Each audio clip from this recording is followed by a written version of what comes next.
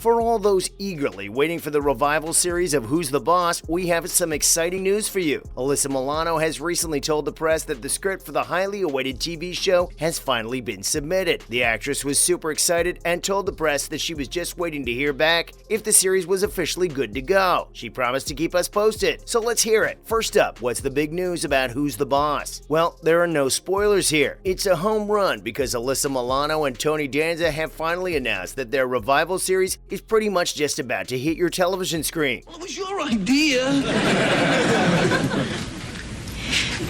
You know.